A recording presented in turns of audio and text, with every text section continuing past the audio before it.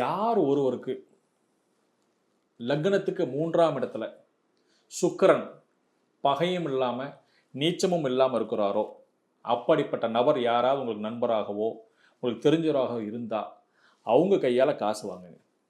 வாங்கி மட்டும் பாருங்கள். லக்னத்துக்கு 3ஆம் இடத்துல சுக்கிரன் இருக்கணும். அந்த சுக்கிரன் நீச்சமாகவும் பகையாகவும் இருக்கக்கூடாது. அப்படி இருக்கக்கூடிய நபர்கள்ட்ட நீங்கள் காசு வாங்கிட்டீங்க அப்படின்னா அந்த காசு எப்படி பெருகுதுன்னே தெரியாதுங்க. அப்படியே ஆட்டோமேட்டிக்காக டக்கு டக்கு டக்கு டக்கு டக்கு டக்குன்னு பெருகிட்டு போயிட்டே இருக்கும்.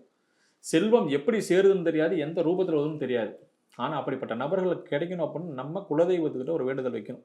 எனக்கு வரக்கூடிய காசு தங்கவே மாட்டேங்குது, என்னுடைய செல்வம் எனக்கு பெருகவே மாட்டேங்குது, எனக்கு சிக்கலாக இருக்குது அப்படின்னா நீங்கள் வழிபாடு செய்யும்போது அவங்களுக்கு உண்டான நபர்களை உங்களை தேடி அமுச்சு விடுவாங்க. அவங்க ஆட்டோமேட்டிக்காக உங்கள்கிட்ட வருவாங்க, பேசுவாங்க.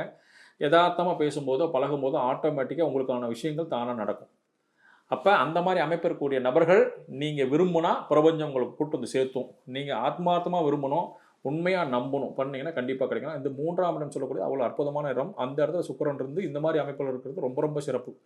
இது அனுபவத்தில் நிறைய பேருக்கு நான் சொல்லியிருக்கிறேன். தெரிஞ்சவங்க வாங்கியிருக்காங்க. நீங்கள் சொன்ன மாதிரி நான் ஒரு பிளான் பண்ணி ஒரு அமௌண்ட்டை போட்டேன், ஆனால் சம்மந்தமே இல்லாத இன்னொரு இடத்துல ஒரு பெரிய அமௌண்ட் எனக்கு வந்துச்சு, நீங்கள் சொன்னதை செஞ்சு பார்த்தேன், அதுக்கப்புறமா தான் நம்புறேன்னு நிறைய பேர் சொல்கிறாங்க. நீங்களும் முயற்சி பண்ணி பாருங்கள். கண்டிப்பாக உங்களுக்கும் செல்வ வளம் பெருகும்.